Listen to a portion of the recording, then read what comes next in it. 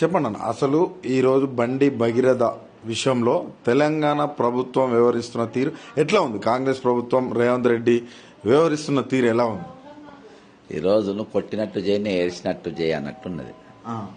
ఒక అమ్మాయిని, ఒక మైనర్ అమ్మాయిని మధ్య నిలబెట్టి నిండు సభ ఆమెను అవమానపరుస్తూ ఉంటాయి. అందులో మీడియా ఉన్నారు, బీజేపీ మహిళా ప్రవక్తలు ఉన్నారు, బీజేపీ పార్టీ ఉన్నది. ఈరోజు ధృతరాష్ట్రం లెక్క రామచంద్రరావు కూర్చున్నాడు. ధృతరాష్ట్రం లెక్క కళ్ళ గంతలు గతని కూర్చొని ఇది వాళ్ళ కుటుంబ వ్యవహారం అని అంటాడు.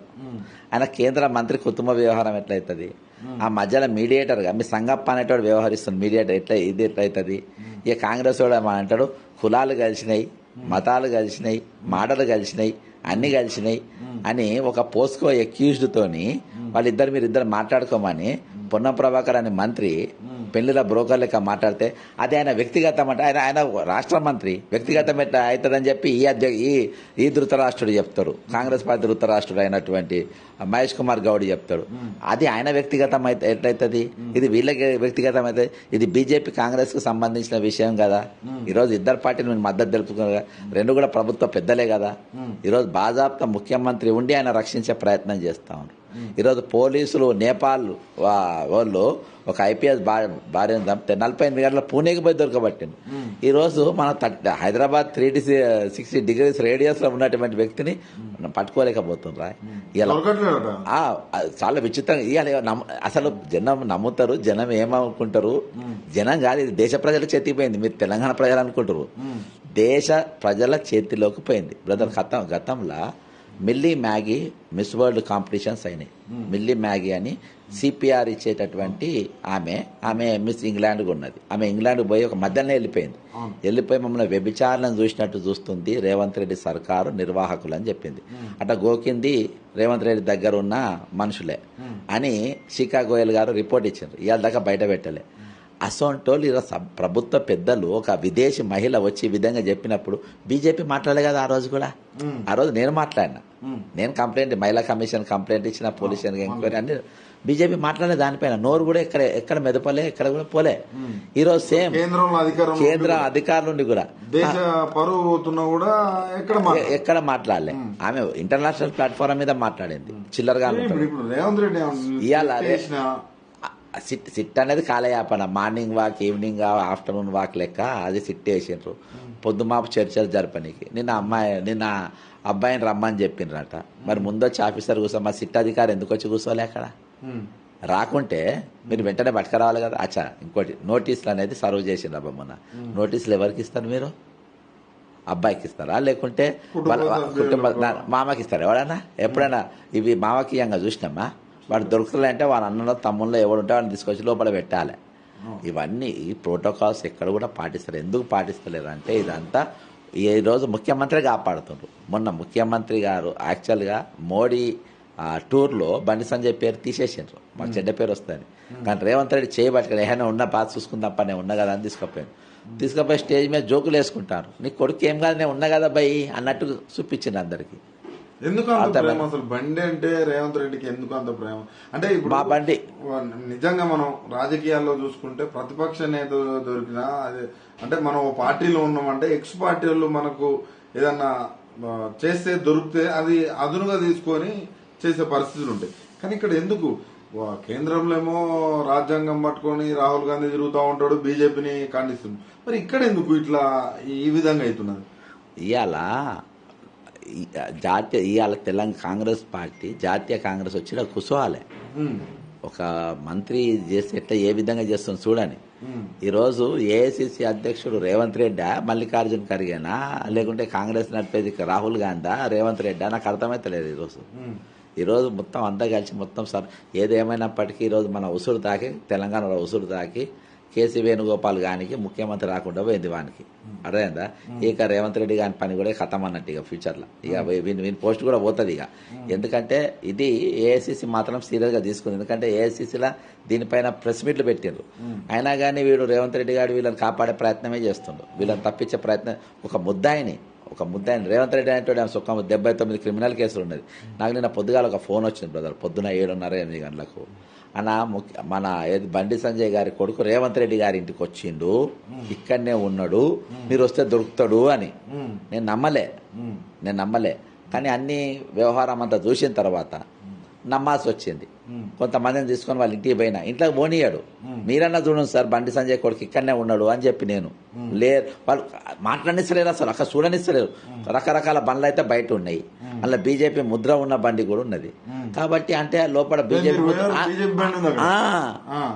మనం కెమెరాలు తీయకుండా గుంజుకుంటారు కెమెరాలు. అరే కెమెరాలు ఏమన్నా అలా బాంబులు ఉన్నాయా, ఏమున్నాయని గుంజుకుంటారు. ఈరోజు పువ్వున్న కాంగ్రెస్ ముఖ్యమంత్రి ఇంటి ముందు ఈరోజు బీజేపీ పువ్వు ఉన్నది, కమలం పువ్వు ఉన్న కారు ఎందుకున్నది, దేనికోసం ఉన్నది, ఎవరున్నారు అందులో, ఎవరున్నారు, ఏం చేస్తున్నారు లోపట.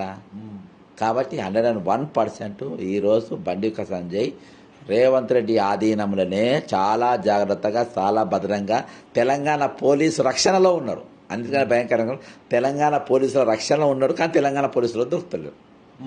అందరూ శాకాహారులే, గంపెల రొయ్యలు ఏమైపోయాయి అన్నట్టు రొయ్యలు గాయమైపోయినాయి, అక్కడ అంతా శాకాహారులే. అర్థమైందా? ఇప్పుడు కథ అట్లా ఉన్నది. మధ్యలో వాళ్ళే దొంగలు వేసుకుంటారు, వాళ్ళే ఇది చేస్తారు. ఈరోజు అన్నిటికన్నా భయంకరమైన కౌరవుల సభల ఈరోజు మహిళా మనులు మీడియా జర్నలిస్టులు చేరిండ్రు, మహిళలు.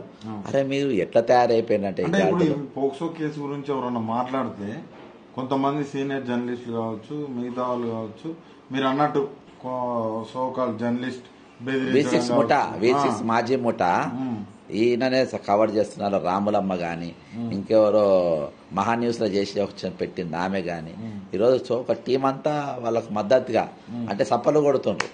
భగీరథ చాలా బాగా చేసినావు, చాలా సూపర్ బ్రహ్మాండం అని చెప్పి కౌరవుల బ్యాచ్ సప్పలు కొట్టే కాడికి వచ్చింది.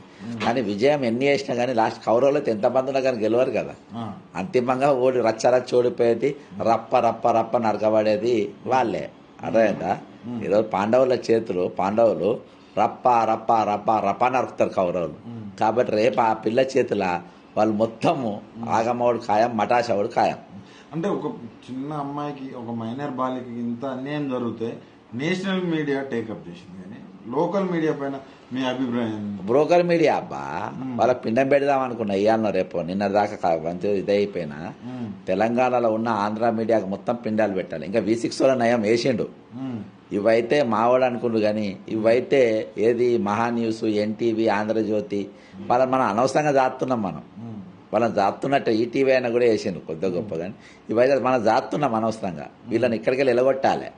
ఇక్కడ ఉండి మనం స్విచ్లు పెట్టకుండా ఇక్కడ ఉండి చంద్రబాబు ఎజెండాను, బీజేపీ ఎజెండాను మోస్తుండ్రు వాళ్ళంతా. కాబట్టి ఈరోజు వీళ్ళందరికీ బ్రదర్, ఒక అమ్మాయికి న్యాయం చేయలేని ప్రభుత్వం, ఒక మైనర్ అమ్మాయికి న్యాయం చేయలేని ప్రభుత్వం, ఇంకా అమ్మాయి మీద అబండాలు వేసి ఒక బ్లాక్మెయిలర్గా, అది ఆమె సంపన్నమైన కుటుంబాలు అంట. మీ జర్నలిస్టులు చెప్తుండ్రు 400-500 కోట్లకు ఉంటారు అన్న వాళ్ళకి 50,000 అంటే 50,000 అని ఎందుకు రాసుకున్నారు అంటే, ఈయన కార్పొరేటర్ కదా ముందు, ఆ నేరాల సంఘటన కాంప్రమైజ్ అయినప్పుడు 50,000కు అమ్ముడు పోయినట్టు ఉన్నాడు. అందుకని 50,000కు అందరూ 50,000కే అమ్ముడుపోతారు అని అనుకున్నాడు. ఇవాళ కోట్ల రూపాయలు ఖర్చు పెడుతున్నాడు, నీళ్ల లెక్క ఖర్చు పెడుతున్నాడు కొడుకుని కాపాడానికి. నీళ్ల లెక్క పుణ్యానికి వచ్చిన పైసలు ఈరోజు కాపాడుకునే ప్రయత్నం చేస్తుండ్రు. ఏదేమైనప్పటికీ ఈ ఎపిసోడ్లో బాధాకరమైన విషయం అంటే, ఇది కాంగ్రెస్ అధ్యక్షుడేమో ఇది కాంగ్రెస్ ముచ్చట కాదంటాడు, బీజేపీ అధ్యక్షుడేమో ఇది బీజేపీ ముచ్చట కాదంటాడు. కానీ ఈయన పెళ్లిలో బ్రోకర్ అవుతాడు, ఆయన పెళ్లి పెద్ద లెక్క మాట్లాడతారు. ఒక మంత్రి హోదాలో ఉండి మరీ గంత పెళ్లి మాట్లాడుకోండి, కూర్చొని గట్లా ఎట్లా చూస్తారన్న? ఒక పెళ్లిలో బ్రోకర్ లెక్కనే అనిపడ్డది నాకు. నేను డీజీపీ ఆఫీస్ కాడ మాట్లాడినాక మహేష్ కుమార్ గౌడ్ వీడియో పంపిండాను, అది అయి నేను వేసుకున్నట్టుండు. తెల్లారి మళ్ళీ ఇంకో వీడియో రిలీజ్ చేశాను. పెళ్లిలో బ్రోకర్ అబ్బా, పున్నమనేటానికి సిగ్గుశరం లేదు. అక్కడ శంకర్ గౌడ్ వచ్చి ఆత్మహత్య చేసుకున్నాడు. ఇంకా దాదాపు ఒక 400 మంది నౌకర్లు తీసేసిండ్రు, వాళ్ళని ఎక్కియాలి. అరే నీకు బొచ్చారు పనులు అవి చూసుకో, ఈ పెత్తన నీకెందుకు? నీకు రైనట్ అనుబంధం ఉంటే ఆ కరీంనగర్లో చూసుకోరాదు.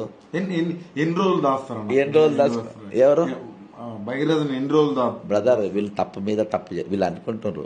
ఇలా జనక్షేత్రంలో ఇద్దరు కలిసి ఒకటేసారి ఊరేసుకున్నారు. ఎవరు? రేవంత్ గాడును బండి సంజయ్. అర్థమైందా? ఇద్దరు కలిసి ఒకటేసారి ఊరేసుకున్నారు. నిన్న ఇంటికాడికి పోతే నన్ను తీసుకుపోయిండు, ఇక్కడ జూబ్లీస్ పోలీస్ స్టేషన్లో పెట్టారు. నేను ఇన్ని రోజులు పోలీస్ స్టేషన్ ఉన్నా బ్రదర్, ఎన్ని పోలీస్ స్టేషన్లు ఉన్నా ఎక్కడ కూడా వాడు స్ట్రిక్ట్, సిఐ ఎంత స్ట్రిక్ట్ అన్నా కానీ అన్నం పెడతారు. నేను తిన సెకండరీ, నీళ్ళు ఇస్తారు, అదేందా చాయ్ ఇస్తారు. ఎండాకాలం 48 డిగ్రీల ఎండలు నన్ను పట్టుకొని వచ్చాను. మంచినీళ్ళు ఇవ్వాలి, అన్నం పెట్టాలి. రాత్రి 10 దాకా కూర్చోబెట్టిండ్రు, బెదిరించే ప్రయత్నాలు చేసి. ముద్దాయినంతవరకు దొరకలేదు. జస్ట్ మీరు అక్కడ అయ్యో నేనే ముద్దాయిన అక్కడ. బండి సంజయ్ కొడుకుని అరెస్ట్ చేయమంటావా? అంత ధైర్యమ్మా? ఉరి తీయను, నేను ఎన్కౌంటర్ చేయ అన్నట్టు నన్ను. అక్కడ సిఐ ఎస్ఐ ఉన్నాడు అక్కడ, ఏదో ఏదో రెడ్డి సమ్ ఇట్లా ఇట్లా చూస్తుంటా. అసలు పోయిన కాంచెలు అందరు మంచిగా మాట్లాడుతారు. మా రేవంత్ రెడ్డి ఇంటికి ముందు పోతాను, నువ్వు మా బండి సంజయ్ని ఏమైతా చిన్నపిల్లవాడు కావాలని రేపు చెప్తే ఏమైతుంది? ఆ పోలీసు వాళ్ళు జూబ్లీ అంటే బండి సంజయ్ కూడా మాట్లాడుతూ చూసినాం మనం యాత్రలో. ఏం మాట్లాడుతుండంటే ఆయన నా కన్న పేరు కదిలింది, బాధేస్తుంది, ఆరోపణలు చేసిర్రు, ఒక్కరిని కూడా వదిలిపెట్టను. ఆ బొచ్చు పీక్తాడా? నీ తల మీద బొచ్చు మొలిపించుకో బండి సంజయ్. నువ్వు చెప్తున్న డైరెక్టర్, నువ్వు ఆ పీక్తా ఉన్నావు కదా, నువ్వు ఆయన డైలాగ్ కొట్టాను కానీ నేను సీఎం ఇంటికి పోయినా, ఏం పిక్దు రారా అని. మొన్న రాత్రి నాది చెప్పినానే అక్కడ, నిన్న సీఏ కూడా చెప్పిన. ఆ డైలాగ్ ఆడ కొట్టిండు కదా, బెదిరిస్తుంది కదా, నేను సీఎం ఇంటికే పోయినా. పోయి సీఎం గోడకు నా కాలు పెట్టిన, రారా భయ్ అని చెప్పిన. రారా మిస్టర్ రేవంత్, నువ్వు ఏం పిక్తో పిక్కో రారా భయ్ అని చెప్పిన. ఆ డైలాగ్ కొడితే అర్థమైందా? నేను బీజేపీ ఆఫీస్కు బండి సంజయ్ గారి ఇంటికి కూడా పోతా. ఈ బెదిరించు డైలాగ్ ప్రజాస్వామ్యంలో ఉన్న నీ అయ్య జాగిరి కాదు ఇక్కడ. నువ్వు మంత్రి 4 రోజులు ఉంటావు. ఇది ఎవరికైనా కానీ నీకు కుర్చీ ప్రజలే ఇచ్చిండ్రు. రేవంత్ గారిని కురిన వాడి వీడు ఎందుకంటున్నా అంటే, ఒక మహిళకు అన్యాయం చేసిన వాళ్ళకు నా మర్యాద ఇచ్చేవసరం, పుణ్యానికి వస్తలే మర్యాద అనేది. అలా చిత్తశుద్ధి నిరూపించుకున్నారు, సిట్టేసిరు కదా ఎవరు? అవునప్ప, సిట్ అంటే ఏందన్నట్టు? సిట్ స్టాండ్, దీన్ని స్టాండ్ అంటారు, దీన్ని సిట్ అంటారు. సిట్ అంటే కూర్చున్నా ఇక లేసులు లేదు, మళ్ళీ స్టాండే. సిట్ అంటే ఆ సిట్టే ఇక అంతే. సిట్ అంటే ఇదే మరి, లేవడం కూర్చోవడం. స్టాండ్ అప్ ఇక స్టాండ్ లేదప్పా, స్టాండ్ లేదు కదా అలా, సిట్టే అంతే. ఇక కూర్చొనే చేస్తారు. కాబట్టి ఆ కేసు సిట్ చేద్దామని సిట్ వేసారు. ఈరోజు హైకోర్టులో కూడా కేసు నడుస్తుంది. ఈ రోజు అసలు ఈ తీర్పు కావచ్చు, అసలు ఫైనల్ గా అసలు ఈ కేసు ఏమైంది అనుకుంటారు? బ్రదర్ ఏమో చేద్దాం అనుకుంటారు వీళ్ళు, ఏమో అయిపోదాం అనుకుంటారు. ఇవాళ బండి అనేటోడు ఈ రాష్ట్రంలో అత్యధిక మెజారిటీతోని దేశం కోసం, ధర్మం కోసం, నిజంగా నువ్వు హిందువు అయితే బీజేపీకి ఓటేస్తేనే నువ్వు నిజమైన హిందూ అన్నగా నీకు ఓటేయరా గుట్లే. నెక్స్ట్కి వెళ్ళి అర్థమైందా? నెక్స్ట్ రేవంత్ రెడ్డి అనేటువంటి కూడా, అరే రేవంత్ ఇక నీకు ఓటేసేది లేదురా అని డిసైడ్ అయిపోయింది తెలంగాణ సమాజం. రచ్చ రచ్చ రచ్చ రచ్చ ఓడిపోతారు. రేపు వీళ్ళ కర్మ గాలి ఆ అమ్మాయికిన బండి సంజయ్ మీద పోటీ చేస్తే ఎంత భయంకరంగా ఓడిపోతుంది అంటే అంత భయంకరంగా ఓడిపోతుంది బండి సంజయ్ అంటే. నా కోరిక అయితే ఒకటే అబ్బా, బండి సంజయ్ అంటోని మీద మరి ఏ పార్టీ టికెట్, నేనేం పొలిటికల్ పార్టీ లేదని చెప్తున్నా, ఆ అమ్మాయి పోటీ చేయాలి ఎంపీగా. వీడు ఏది పోటీ చేస్తుంది, వీడిని అమ్మాయితోనే కొట్టియాలి, ఆమెతో చెప్పు దెబ్బలు కొట్టిపియాలి. అర్థమైందా? ఒట్టినే గెలుస్తుంది, రఫ్లో గెలుస్తుంది. దేశం అంతా తెలవాలి ఇసోంటి పోస్కో కేసులో తప్పించుకునే దొంగలకు ఎట్లా చేస్తామో చెప్పండి. అప్పుడు ఆమెనే ఈడ్చుకపోయి జైలు లేపిస్తారు. కొంతమంది భగీరథ తోడే కాదు ఇంకా కొంతమంది తోడు తిరిగింది, అలాంటి వీడియోలు పెట్టడం ఎట్లా చూస్తారు బ్రదర్? అందులో ఒక ఐటీ మాస్టర్ పీసులు ఉన్నాయి. నా మీద తీయొచ్చు, నీ మీద ఎవరి మీద తీయొచ్చు. ఆడ ఖైదం పేపర్ ఏమున్నది, మాటలు ఏమున్నాయి, ఆ వీడియోలు ఆమె రిలీజ్ చేయలే కదా ఇవాళ. ఇక రాములమ్మకి ఎవరిచ్చిందబ్బా వీడియోలు చెప్పు? రాములమ్మ తల్లిదండ్రులు వేసింది పోయిన బగి బగి అని సోషల్ మీడియా నుంచి తీసుకున్నామంటారు కదా ఎవరు వాళ్ళు. సోషల్ మీడియా నుంచి తీసుకున్నాం, వేరే ఎక్కడి నుంచి మాకు పర్సనల్ గా రాలేదని అంటే సంగప్పగానే ఇచ్చిండబ్బా V6 బ్యాచ్ గాని. అది బ్రదర్, నేను ప్రభుత్వం లేను, నేను సంగప్ప ఫోన్లోకి వెళ్ళి అవన్నీ మొత్తం చాట్ చేస్తే అంత దొరికిపోతుంది ఫోన్లది. సంగప్పనే పంపిండు, సంగప్పనే చేయించింది స్టోరీలో. అర్థమైందా? అందరికి మాట్లాడి పంపి కొంతమంది మీడియా ప్రతినిధులు ఎస్టోలో కూడా ఫోన్లు చేసిండు. ఇవన్నీ నడుస్తున్నాయి. సంగప్ప అంటే తెల్లాలేస్తే ఈరోజు ఆయనకు ఏది ట్రాన్స్లేటరో ట్రాన్స్మీటర్ లెక్క పనిచేస్తే వెనకకెళ్ళి చెప్తా ఉంటాడు, నువ్వు ఇది మాట్లాడు ఇది మాట్లాడని. ఇలా చెప్తా ప్రాంప్టర్.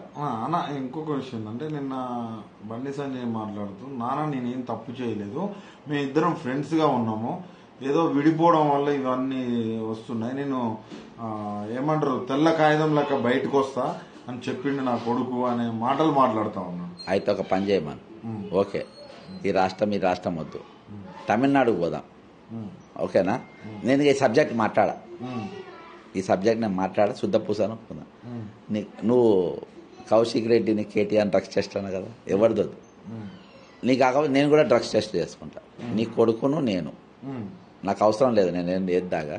నేను ఇద్దరం చెన్నైకి పోయి, చెన్నైలో ఇక్కడ వద్దు, ఇలా మేనేజ్ చేస్తా కదా, ఎందుకంటే రేవంత్ గారు దొంగ ఉన్నాడు, ఆడు నీతోనే ఉన్నాడు ఆడు, కాబట్టి ఇక్కడ వద్దు, చెన్నైకి పోదాం, డ్రగ్స్ టెస్ట్ నీ కొడుకు చెప్పి నాకు చెప్పి, అప్పుడు వైట్ పేపర్ అంటేనే ఒప్పుకుంటా. ఒప్పుకుంటాడా ఛాలెంజ్కు? ఒప్పుకుంటాడబ్బా. నాకెంత ఇన్ఫర్మేషన్ ఉంటే నేను చెప్పాలి. ఇది బ్రదర్, ఆ పిల్లగాన్ని చెడగొట్టింది, ఆ పిల్లగాని జీవితం సర్వనాశనం చేసింది బండి సంజయ్. పిల్లగా అంతే కదా, ఒక తప్పు చేసినప్పుడు దండించాలి, కరెక్ట్ చేయాలి, నువ్వు ఇట్లా ఉండాలని చెప్పాలి. ఏం తప్పేం అది ఏందియా, తప్పు చేసినా కానీ చేయలేదని బండి సంజయ్కి తెలియదు ఏం జరిగిందో, అన్ని తెలుసు. ఇవాళ ఆడేటి మొత్తం అబద్ధాలే. ఆ అబద్ధాలని ఆ అమ్మాయి ఎంత అసహించుకోవాలి. నేను అందుకని చెప్తున్నా, రేపు ఈ క్యాండిడేట్ బండి సంజయ్ మీద ఆమెను ఎన్నిక నిలబెట్టాలి, అదే పరిష్కారం.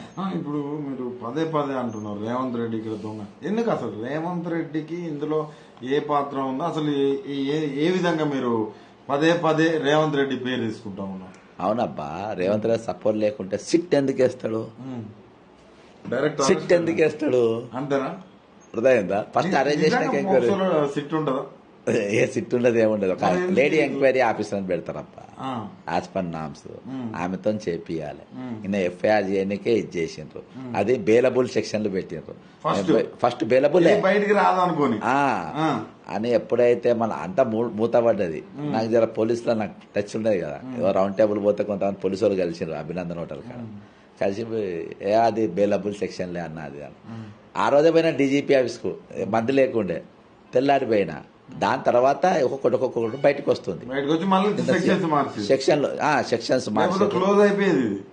మొన్న క్లోజ్, మన ఈవినింగ్ క్లోజ్. అది నే రియల్ ఇదే మాట ఖర్చుడు చెప్తున్నా అన్న, జడుతున్నా నువ్వు కోస్తే అది లేస్తుంది, ఇదే మాట చెప్పిండు. అనగానే నేను ఏం చేయాలని డీజీపీ ఆఫీస్ పడ్డా. డీజీకి నా గురించి తెలుసు, ఒక సెక్షన్ యాడ్ చేసి తప్పించారు. ఇవాళ ఎట్లా పోయి ఏం చేయాలనో అన్నీ చేస్తుండ్రబ్బా, ఎన్ని ఎత్తు చేయాలనో చేస్తుండ్రు. మొత్తానికి నా టార్గెట్ రీచ్ అయిపోయినా. ఎట్లా రీచ్ అయిపోయినా నువ్వు అడగాలి నన్ను అని. ఇవాళ జనం చేతుల ఇద్దరిని తూ తూ తూ అని వస్తుండ్రు. ఎవరిని? రేవంత్ రెడ్డి, బండి సంజయ్ని. నేను ఒక ఎగ్జాంపుల్ చెప్తాను.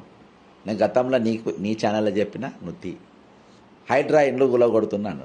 నేను రంగనాథ్ ఇల్లు యూసుఫ్ కూడా పెద్ద చెరువులో ఉంది అని చెప్పిన. ఆయన లేదు, ఎవడో మాట్లాడుతున్నాను నా గురించి మాట్లాడిండు. ఇవాళ దాకా డాక్యుమెంట్ చూపించలే కదా, ఆ చెరువులే ఉన్నది ఇల్లు, చూపించలే. రంగనాథ్ ఏ మీడియా పైన ఏం అడుగుతుంది, నీ ఇల్లు చెరువులు ఉంది కదా అని అడుగుతుంది. లేదు అని ఆయన అంటుండు. అంతమించిన శిక్ష ఏముంది? చచ్చిపోయేదాకా అదే చెప్పుకోవాలి. వీళ్ళకి కూడా జనాల్లో శిక్ష పడ్డదంటారు. పడ్డది. రేపు ఎన్నిక నిలబడితే వీళ్ళు వేరే ఏదైనా మహిళ మీద పోస్కో గురించి వీళ్ళ మాట్లాడడానికి లేదు, వీళ్ళు ఇది చేయడానికి లేదు, ఓ ప్రెస్ మీట్లు రేపడానికి లేదు, అమ్మాయిని కాపాడాలని ముచ్చట లేదు. వీళ్ళకి కాదు, బీజేపీకి మొత్తానికే పోయింది కౌరవుల గ్యాంకు. ఈ కౌరవుల ధృతరాష్ట్రుడుగా ఫ్యామిలీ మ్యాటర్ అనాలి.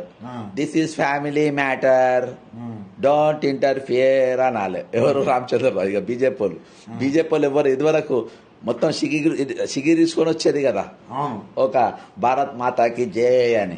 ఇప్పుడు ఆ భారత్ మాత బిడ్డనే ఒక దుష్టుడు, అర్థమైందా, ఆమె దుర్యోధనుడి వారసుడు అమ్మాయిని అన్యాయం చేస్తే ఈ భారత్ మాతకి జై గ్యాంగ్ ఇప్పుడు కనబడతలేరు. రేపు కనబడితే చెప్పులు అందుకొని కొడతారు. అర్థమైందా? ఈ సిగ ఈడ్చుకొని ఇట్లా బొట్లు పెట్టుకొని ఇట్లా రుద్దుకొని వస్తారు కదా. మీ ఇప్పుడు విమానం మొత్తం మొక్కుతుంది ప్రజాక్షేత్రంకి వస్తే. బీజేపీ డెడ్ తెలంగాణలో. ఏది ఇట్లా అంటారు చూసినావా? ఎవరిని? స్టాలిన్ కొట్టినోడు. అట్లా బీజేపీ తెలంగాణలో క్లోజ్.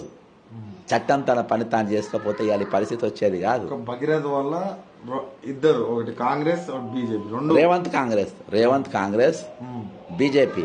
అరే వాడిని అక్కడి దాకా వదులుతలేరు, సప్పలు కొడుతుండే. Super Bhagiratha, super. ఆడవాళ్ళు కదా బీజేపీలో ఉన్న ఆడవాళ్ళు, దేశం కోసం ధర్మం కోసం భగీరథ. శ్రీకృష్ణుని తర్వాత శ్రీకృష్ణుని భగీరథ. నీ అయ్య కూడా అంతే, నువ్వు కూడా అంతే. కానీ ఇంకెక్కడ తప్ప